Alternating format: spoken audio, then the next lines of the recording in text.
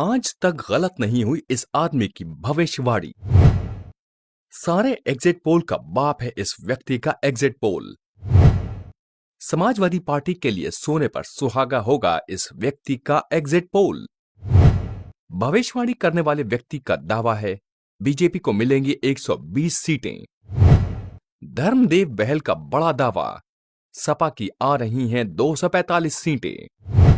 देखिए अब तक किस किस चुनाव पर की है इस व्यक्ति ने अपनी भविष्यवाणी। मैं धर्मदेव बहल, ग्राम कांदीपुर, तहसील जलालपुर, जनपद अम्बेडकर नगर का रहने वाला हूँ। मैं कई बार चुनाव पर एग्जिट पोल दिया हूँ जो खरा उतरा है,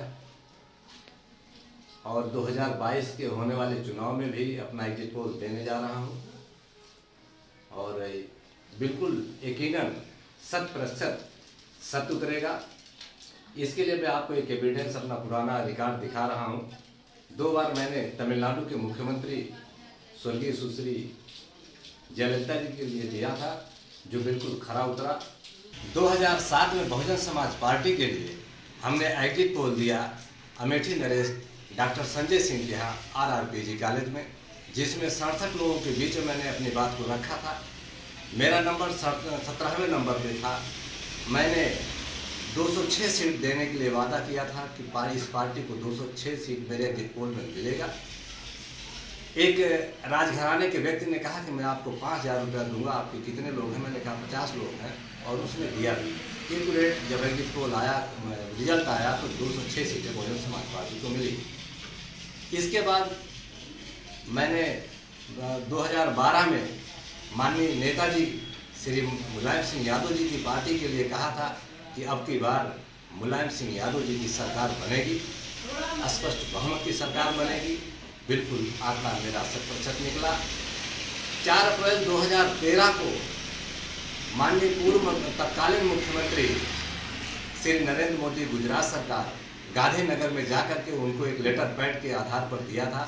मैंने उसमें कहा था, जिस तरह से आज बोल रहा हूँ उसी तरह से उस समय कहा था, नीतीश कुमार जैसे 1000 लोग कहते हैं भारत का प्रधानमंत्री नरेंद्र मोदी नहीं बनेगा, तो आप इस बात को नहीं मानेंगे। ये मैं नहीं कह रहा हूँ, उत्तर प्रदेश की आवाम की आवाज़ कह रही है भारत का भावी प्रधानमंत्री माननीय नरेंद्र मोदी।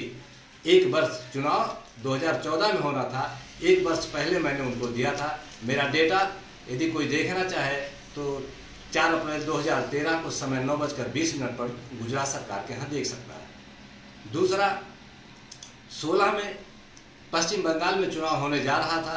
ABP न्यूज़ के एक एंकर हैं विपिन कुमार पांडे, जो डिस्ट्रिक्ट अम्बेडकर नगर के रहने वाले हैं, उनसे मेरा सियालदा एक्सप्रेस में मुलाकात हो गई।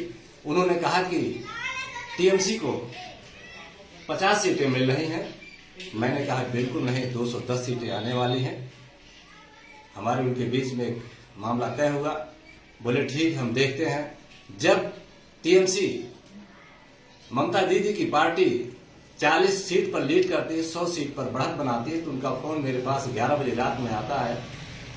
बोलते हैं भैया आपने कैसे देखा था, कौन सा आंकड़ा देखा? तो मैंने कहा कि लाल पट्टी पर मेरा नाम से चला दो एग्जिट पोल में, तो मैं आपको एक रेट बता दूंगा। बोले ये तो हमारे बस की बात नहीं, चूंकि ये बड़े मामले की बात है। ये 16 का हो गया। फिर 18 में मैंने मनोहर लाल खट्टर जी के लिए हरियाणा सरकार में गया, तो था पूर्व मुख्यमंत्री आदरणीय भूपेंद्र सिंह हुड्डा के घर पे गया था। रोहतक मॉडल टाउन उनका घर है। वहां पर हमारे उनके भाई, बड़े भाई साहब की, चूंकि चुनाव प्रचार चल रहा था, भाई साहब स्वर्गीय महेंद्र हुड्डा जी से मेरी मुलाकात हुई। मैंने उनसे कहा, बोले 55-56 सीटें आएंगी। मैंने कहा बिल्कुल नहीं, 30 से 32 सीट आपको मिलने वाली है, बाकी ताकत आप लगा लो। बोले ऐसा क्यों? मैंने कहा क्योंकि अनुसूचित जाति का एक लीडर आपका था अशोक तंवर, जिसको आपने हटा दिया, इसलिए जो है आपकी सरकार चली गई, सरकार आपकी जा रही है। इसके बाद अब फिर यही पूरा 21 में पश्चिम बंगाल में चुनाव हुआ। सारे जोशाचारों ने कहा कि ममता बनर्जी बुरी तरह से हार रही है, भारतीय जनता पार्टी प्रचंड बहुमत के साथ हार रही है। मैंने कहा दुनिया कोई ताकत नहीं जो ममता दीदी TMC को हरा दे। एकदम सरकार उनकी आ रही है। बोले कितना सरकार, हमने कहा 200 के पार है, सरकार कितने बनेगी वो अलग बात है। स्पष्ट मेरा रिजल्ट आया और 2022 में उत्तर प्रदेश में चुनाव होने जा रहे हैं। इसमें 21 मई 2021 को लेफ्टिनेंट जनरल का एक आर्मी का सिपाही है, उसके बीच में और मेरे बीच में मतलब सौदा तय हुआ कि सरकार समाजवादी पार्टी की बनेगी। तो उन्होंने कहा नहीं, मैंने कहा बिल्कुल एक्यूरेट सत्य है। और 200 समाजवादी पार्टी को 245 सीट, भारतीय जनता पार्टी को 120 सीट मिलने जा रही है। अब तो समाजवादी पार्टी का गठबंधन हो गया।